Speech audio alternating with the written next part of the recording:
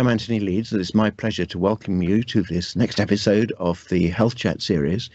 And we have again the good fortune to be able to speak to Professor Mike Lean from the University of Glasgow. Mike Lean was one of the principal investigators on the direct diabetes remission trial, which began quite a long time ago now, about 6 years ago. A great deal of good work has been published since then, and some extremely good and very interesting results. And Mike, thank you very much for joining us from Glasgow. Perhaps we should begin, for the benefit of those who possibly haven't heard you before, and explain what we're talking about when we're talking about diabetes remission. What is diabetes remission? And then secondly, why are we so concerned to try to put as many people in remission as is possible? Yeah, thanks, Tony. I sort of take that in reverse. Why are we concerned? I think the medical profession has done diabetes a bit of a disservice over many years by referring to maturity onset diabetes, and the notion that you can take a tablet and come back in a year and it doesn't matter very much has been the prevailing ethos. In fact, that's how I was brought up as a medical student, to think that type 2 diabetes didn't matter too much. It only affected older people and it wasn't going to change their lives. That has completely changed. Type 2 diabetes is now affecting much younger people, particularly in people of Asian origin, and it is causing colossal, irreversible complications, shortening lives, disabilities, long periods of pain before an unpleasant death. This is a serious disease, and it's having serious effects on whole communities and families. I think we misunderstood how serious the disease was because we didn't recognize what it was happening amongst younger people, by which I mean under the age of 40 or 50, when it's really going to cause serious damage. So it's vitally important to get people clear of the disease. And to jump ahead a little bit, we and now several others subsequently have shown that getting clear of diabetes, getting a remission of disease, being no longer diabetic, not requiring medication, does start to reduce the complications of the disease. It keeps people out of hospital. It avoids the hideous complications of this terrible disease. So type 2 diabetes is diagnosed with blood tests which show that the blood sugar, blood glucose, is higher than normal, and only a little bit higher than normal. It doesn't have to be radically higher, and we do it now mainly with a test called hemoglobin A1C, which gives a kind of average figure of blood sugar over a period of time, and we have a cutoff which says that if it's above 48 millimoles per mole, or 6.5%, different terminologies, then you have diabetes. And the target should be to get below and remain below that figure by hook or by crook. We also now know that diabetes develops in people as they get older, but not necessarily very old, but as they become more overweight and not necessarily very overweight. So again, I think we've misled people into thinking, oh, this is a disease that occurs with obesity, with people who are very severely overweight, visibly, obviously obese. And that is not true. It can occur in people who are just a little bit overweight, even not noticeably overweight. And what it's caused by is when people put extra fat into their vital organs, into the liver, into the pancreas, into the heart, and it does damage. And it does damage in quite small amounts in quite young people if they're prone to doing that. And that's where the genetics come in. So the environment causes people to put on a bit of weight. The genetics means that some people are going to get into serious troubles because they put that extra fat into their liver, their pancreas, their heart, and it does damage. So it's a complete change in the way we're understanding the disease, which our research has kind of brought to light. Yes. So just very briefly, can you explain what was actually done in the direct trial? Because that was a result of quite a lot of work that came together at the right time in terms of a conventional dietary intervention and then a formula diet program.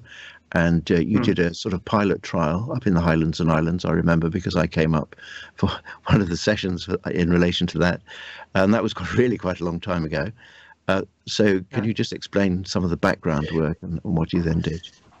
Okay, so this is kind of where non-rocket science, when common sense begins to take over medical practice and slightly outwit the drug industry, I would say here, because we recognize that type 2 diabetes is caused by weight gain, sometimes modest, but often quite a lot of weight gain.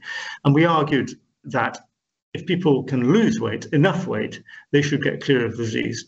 And then we started looking at our patients. And of course, there are, most doctors dealing with diabetes will be able to remember 1 or 2 patients who lost a lot of weight and their tests came back as normal. That looks good. And you think, well, maybe they're unusual people.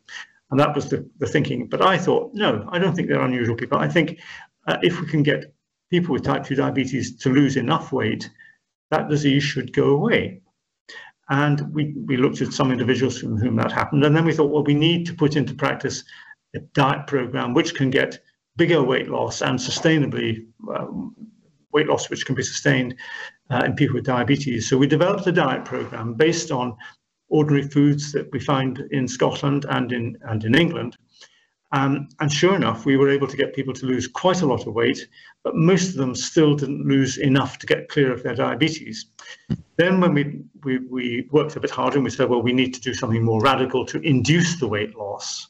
And we had to then think of using a formula diet, which at that time had a bad reputation, probably for all the wrong reasons. Historically, it had been used, or different formula diets had been used, which were not nutritionally safe, and they did cause problems. Modern formula diets we can prescribe, which will give a guaranteed amount of calories, and usually it's about 800 to 900 calories, 850 calories, and it's complete for all the vitamins and minerals so that it's perfectly safe. And with that kind of prescription, if you like, of a diet, which is not flexible. It's like saying your cancer treatment isn't flexible. This is the treatment and you need to take it. So we're saying here's a diet which for a period of several weeks you need to follow to induce the weight loss that will get clear of the diabetes. And that kind of rather, if you like, rigid thinking for a serious disease began to work. And we then put together a diet program which used formula diet, 850 calories, to induce the weight loss, which we calculated should be at least 10 and ideally 15 kilograms weight loss, quite a lot. We would then switch people gently onto a food-based program using meals out of normal foods that you can buy in the shops, but not what they were doing when they had the diabetes.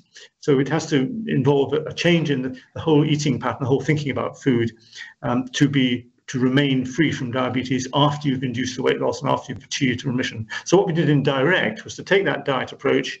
We randomized people with type 2, perfectly ordinary people with type 2 diabetes up to 6 years after diagnosis, to either follow our diet program, formula diet, followed by switching onto a food-based program, or to continue just with their ordinary care and medications.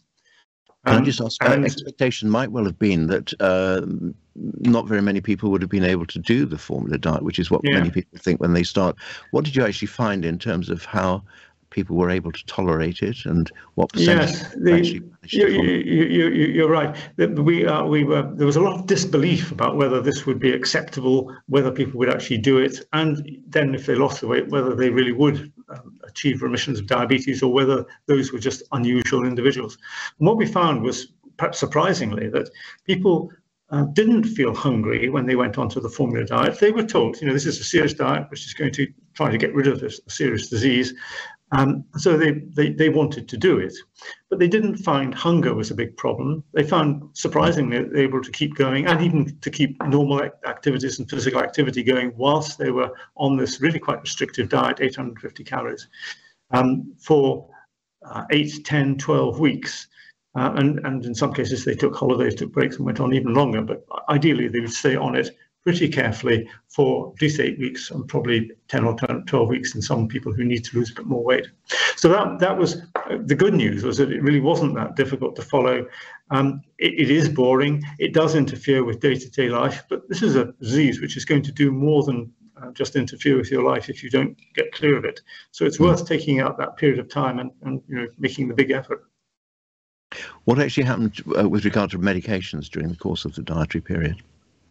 Yeah, so one of the big sort of plus features of this program was that we said on day one, we want you to stop completely your diabetes medication. And these are people who've been on medication for up to 5 years, and they were delighted to be told that they had a chance to stop the medication. But you have to go onto the diet program and you have to lose the weight. Otherwise, you're clearly you're going to have to go back on the medication.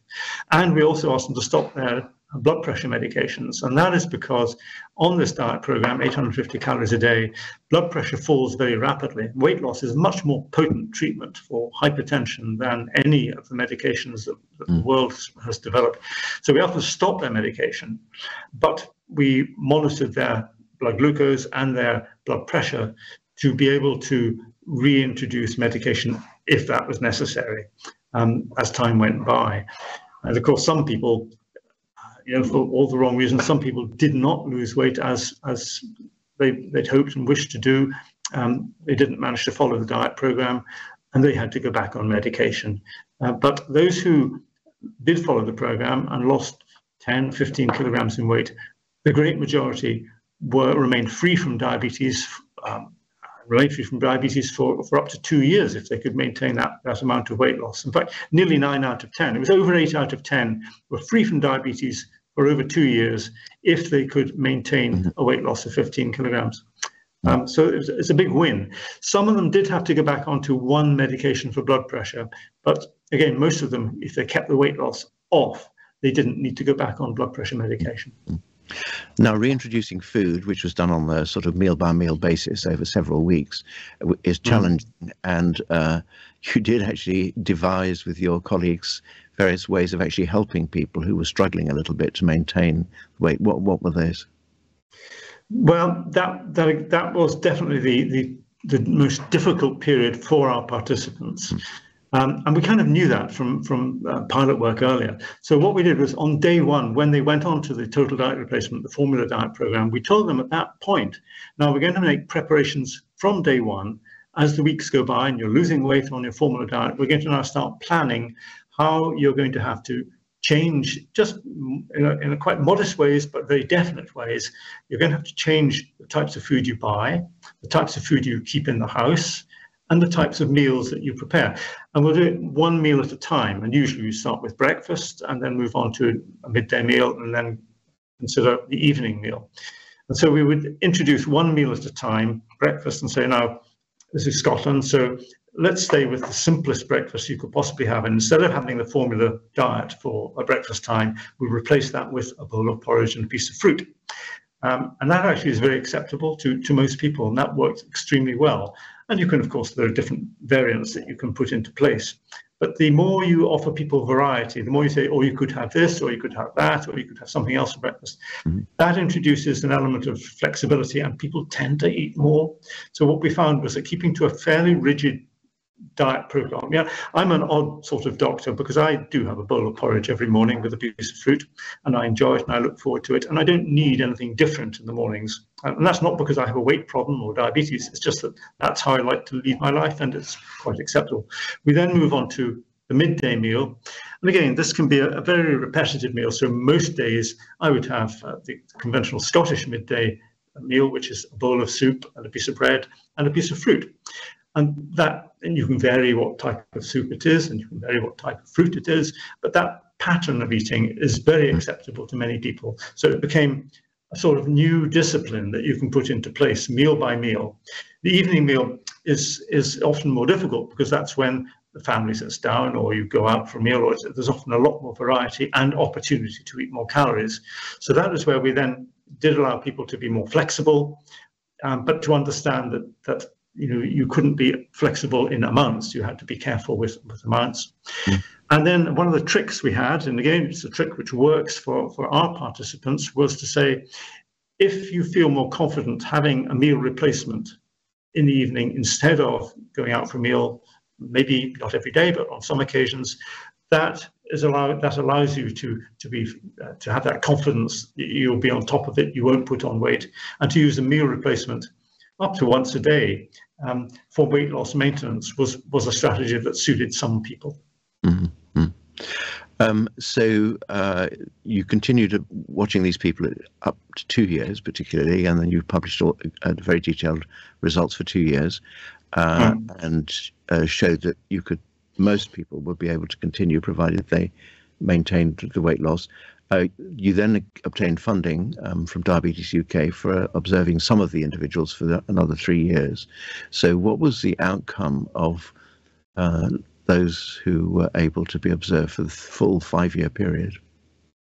Yes, there were several interesting things. We hoped initially to look at the 5-year program, but people didn't really believe that this was going to be successful. So when it was, and we had these really very striking results, we then asked for further funding, and we took these people who had completed the 2-year program and said, would you like to continue with support, not intensive support, so they would be seen or telephoned every 3 months by a dietitian or nurse, if that's who they were seeing in the clinic, their GP clinic, to keep them on track. And if necessary, they were allowed to then say, well, look, you perhaps should have another 2 weeks back on the formula diet if they've tended to put on weight. That was one of the nice things that we were able to offer them, was a short period, once a year, if they had tended to put on weight. And pretty much all of the patients who'd been through this program, who'd managed to follow the program, not all of them with remission, but all of them were willing to continue to try to maintain as much weight loss as possible for another 3 years. So we followed up just under 100, it was almost 100 people who remained from the original 150, and who continued for a full 5 years. And what we found was that with that very low level of support, remember, these were people being seen in primary care. They didn't come into hospital at any time. They were seen by their own practice nurse or a dietitian, if there was one available, and doctors had very little part in this. They managed to maintain a weight loss for 5 years of over 6 kilograms, so 6.1 kilograms at 5 years, which is a tremendous result, particularly for people with diabetes who struggle to lose weight and struggle to maintain weight loss. They have a bigger problem than other people. So this was in itself a very striking result. At that point, 5 years after the start, 13%, that's sort of 1 in 7, 1 in 8 of these people remained in remission, not requiring medication for their diabetes. The others had slipped back into diabetes, and most of them did require medication. However, during the period of 5 years, a large number of them had spent much of that time in remission, free from diabetes. And I think probably what we learned at this point was that it wasn't so much a matter of how many had remission at 5 years. It was how long during that 5-year period, how many of those 5 years people had stayed out of diabetes. Because what damages the body with diabetes is exposure to high glucose and high fat levels on a day-to-day basis. So it's the duration of time with diabetes or in remission from diabetes which matters.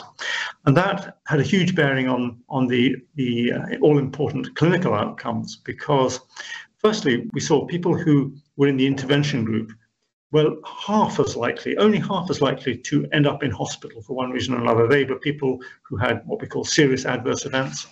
And those in the intervention group were half as likely as those who continued in the diabetes clinic without the intervention. So that was a big and important result. And the next thing that we observed was that people who had longer in remission, out of the total 5 years, if they remained longer, had more of that time in remission, they were less likely to have diabetes-related complications during the 5-year period. And that's a really important consequence, because it's all very well, having a blood glucose or hemoglobin A1C, which is outside the diabetes range, but what really matters is, are you going to stay out of hospital? Are you going to remain clear from complications? And these are mainly things like infections and other complications of diabetes. And the answer was yes. So we've learned that it's jolly hard to maintain the weight loss and to maintain the remission. In the real world, it isn't easy at all to do this. People do need support, but quite low intensity support does help. And we've learned or confirmed that being free from diabetes, getting clear of diabetes, will prevent progression to complications for these people. And that, of course, has been shown in other large-scale trials as well, hasn't it, in the United States, for example? Yes, and what we have now is observational data from 3 studies, really. Direct is the first one to do it in a randomized control trial, trying to get remission of diabetes, and that was a sort of positive result. It wasn't a big enough study to look at heart disease as an outcome. The Look Ahead trial in North America, it's a much bigger study, followed up, it was over 4,000 people followed up for 10 years. And what they found was that anybody who had any remission at any time in that 10 years was less likely to have a heart attack or to die during the study. So remission of diabetes was a signal that people were doing the right kind of things and were likely to be more likely to be free from heart disease, free from dying young. And then there's a very big study, observational study from the south of England with 60,000 individuals followed up for 7 years. And this study also found that people who reported, who were identified as having been in remission of diabetes at any point in that 7 years, were again more likely to be free from heart disease or death in the 7-year period. So all these studies are adding up to tell us the same thing, that type 2 diabetes is a big killing disease with lots of complications. Being free from diabetes through weight loss is going to protect you from those complications. And it is the weight loss. There's been several studies now, including a study from Scotland, which looked at remissions of diabetes across the whole population, and that's over 300,000 people with diabetes now. And they found that the people who achieved a remission at any point, it was done largely through weight loss. There isn't any shortcut to it. We know that physical activity can improve health in many ways, but it doesn't give you a remission. What you need is to achieve the weight loss, and that means dietary restriction. Yeah. In addition to the findings in the main clinical trial, some work was done on imaging in relation to liver fat and pancreatic fat and so on a subset of all of them. Can you briefly tell us what was found there? Because actually that was really interesting and very exciting, and curious to know whether it's being adequately followed up or not. Yeah, you ask all the right questions, Tony. And this is our little piece of extra information, that we were able to take a subset of people in the direct trial and put them through some very complicated specialist investigations, which looked at their pancreas in particular, and also at their liver. And what it showed was, firstly, people with type 2 diabetes have a fatty liver. And I think we probably knew that, or if we'd looked closely at our data, we'd have seen it. In fact, going right back to my very first diabetes clinic in Aberdeen in 1980 something or other, I noticed that a lot of our patients had abnormal liver function tests. And I went along to the biochemist and said, "What's this about?" And they said, "Oh, perhaps they're drinking." I said, "No, I'm pretty sure they're not drinking." Oh, he said, "Well, we'll have to look at this. Perhaps the reference range has been set too low." Ha ha. These were people with type 2 diabetes who had fatty liver, and we've now understood that. So that's the first thing to see. And when we looked in a bit more detail, and this was using very sophisticated MRI spectroscopy, they also have fatty pancreas. The pancreas is difficult to image. It's a long way away, but they have excess fat in the pancreas. And the people who lost weight and got remissions indirect lost that extra fat in the liver, it became normal, and they lost the extra fat in their pancreas, which became normal. And that, it isn't a huge amount of fat in the liver and the pancreas, but you have to lose 10 or 15 kilograms of total fat in order to remove that extra fat which has begun to gather in the liver and the pancreas.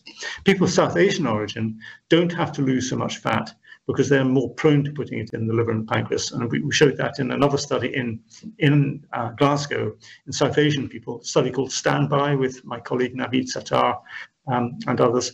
And we showed again that people who can get a remission by weight loss have done so by removing this ectopic fat, which is gathered particularly in the liver, and it's visible using this complicated magnetic spectroscopy technique. And then we also showed in direct that when people had type 2 diabetes with a fatty liver, or fatty pancreas, their pancreas was only making half the normal amount of insulin. If you stimulate the pancreas by giving intravenous glucose and arginine, their pancreas could only make half the normal amount.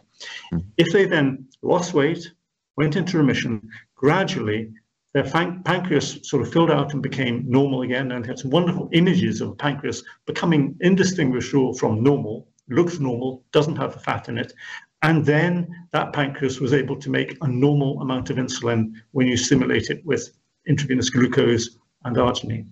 So the function of the pancreas is damaged by the fat that accumulates and provokes the onset of diabetes. But that is reversible. At least we're talking about people in the first 5 years after diagnosis. And there have been several other studies, as you know now, which have looked at weight loss earlier after diagnosis. And the best time to do it is right away.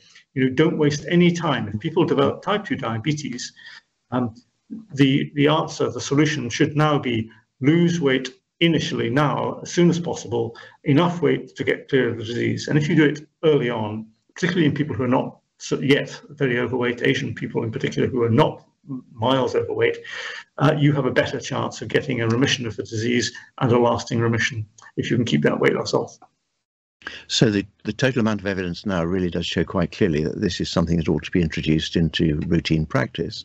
Now in Scotland, you are several years ahead of what has been going on in England, and you've been able to deliver this programme, I think, in some of the areas. But recently, NHS England has undertaken a preliminary study in, I think, about 5,000 people, and now the results have been presented. And do you want to tell us what they limited amount of information is available? But that's right. So I mean, the response to the results of the direct trial was immediate, in that health authorities and indeed people living with diabetes said, hey, we don't want this nasty, horrible, killing, disabling disease. We want to get remission. And so the health service in the UK was under pressure from the beginning to put this into practice. Now, what happened in Scotland was that we introduced the same program that we'd used in direct. It's called Counterweight Plus, which is an evidence-based program for weight management, aiming to get 10 or 15 kilograms of weight loss, and quite successfully in primary care. We put that into practice, and it's available in every health board in Scotland. And that is now gradually being absorbed into clinical practice as the preferred first step in management of type 2 diabetes. What we have not done is document that very well, so I can't produce the numbers for you. In England, what they did was to say, right, we'll do the same sort of thing, but we'll put it into place in certain areas, not everywhere, and we will open it to all sorts of other programs that look a bit like the counterweight program used in direct, but have got the same components in them, but they're not themselves evidence-based. So, and they put in 10,000 people, which was a big commitment. And their results, they produced now pilot data on the first, I think, 7,500 of those people. And the results are very impressive, which show that about half of them are able to get remissions in this program. And they achieved the weight loss of around about 7 or 8 kilograms using this sort of medley of different approaches. And they've been so pleased with this that they have now just declared, in fact, it was just in the last couple of weeks, that another 10,000 people are going to be put into that program. So this is documenting on a very large scale the fact that this disease is reversible if you can get in there at an early stage. Now, at the moment, they're still including people up to 5 years or 5 or 6 years after diagnosis. And what is not happening, and I think I would like to see happen, is that it should be automatic. That when somebody is diagnosed with type 2 diabetes, they should automatically be offered the program right away before going off into drug treatments, which we know aren't going to reverse the disease process. We know we can improve the outcome with drugs, but it can't take it away. And the medications we have are very expensive, and they actually can't stop the complications of diabetes developing.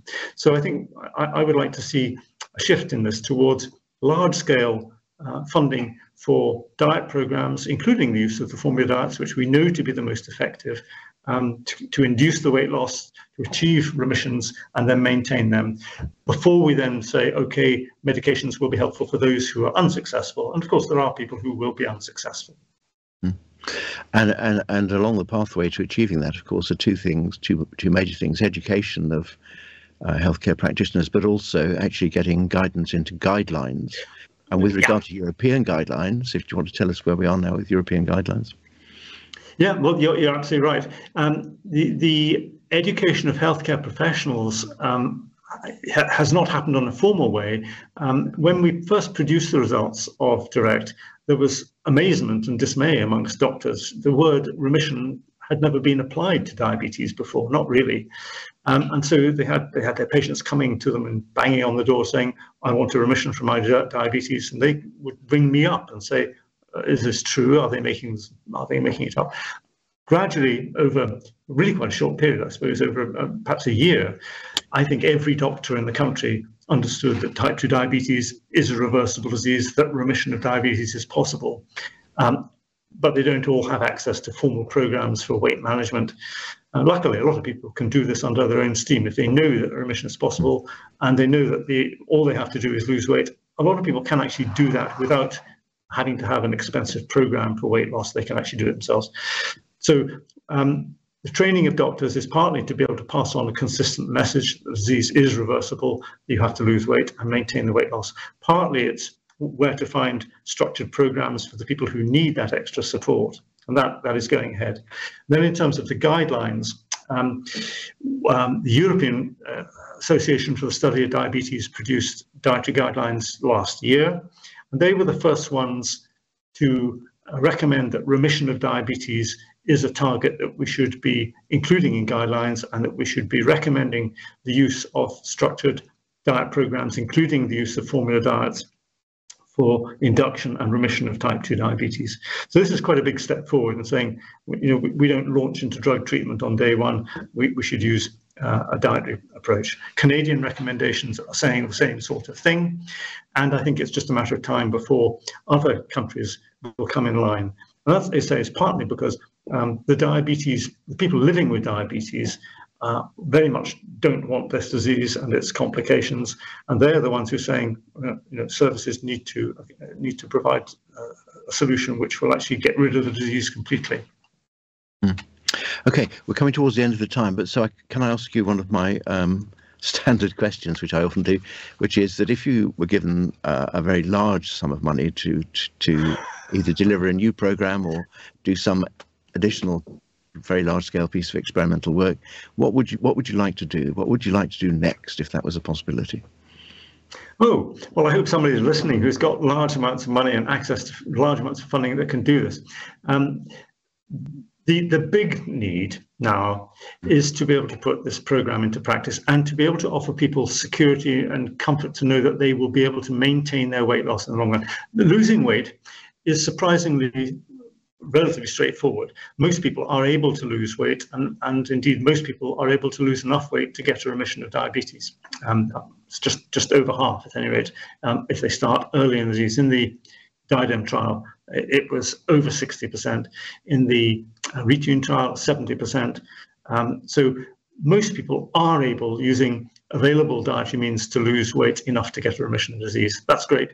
What we now need is research into how to maintain that weight loss in the real world. Now, part of that is going to be changing the real world, because frankly, the diets which are being consumed across the world are largely defined by the food industry to make money, who can sell more food, without regard to the weight gain and the consequences of that weight gain. So there is a primary prevention which needs to go through public health. Governments need to take action to say, we don't want so many people to have diabetes, so we'll have to make some changes in the food supply. But where I put the money is equally into helping people to live lives and be satisfied and happy with food choices which are not going to cause weight gain, having gone through the agonies of losing the weight.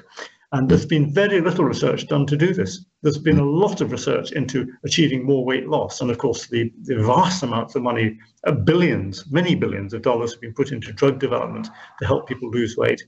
But very, very little has been put into dietary approaches, lifestyle approaches to help people maintain that weight loss in the long run. And it isn't actually that difficult. We've done some small studies in Glasgow which show that using a structured approach, not a costly thing, just using ordinary foods, but using a structured approach so that people have a guideline that they can follow, a discipline they can follow, if you like, they are able to lose the weight using medication or anything else and maintain that weight loss in the longer term. But we need much better research to do that, and that is where we need imaginative input.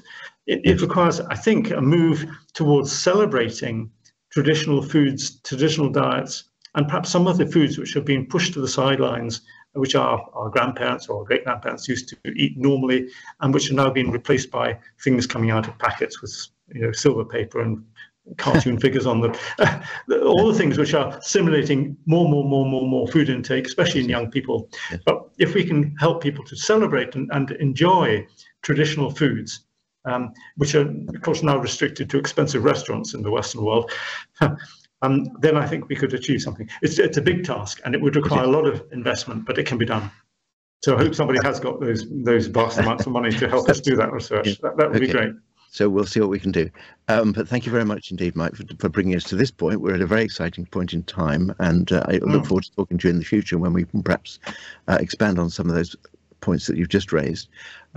Just to draw viewers' attention to the fact there will be some text underneath this video which will summarize and also give some links to various useful web links, like some of those at Diabetes UK and other National Diabetes Association websites.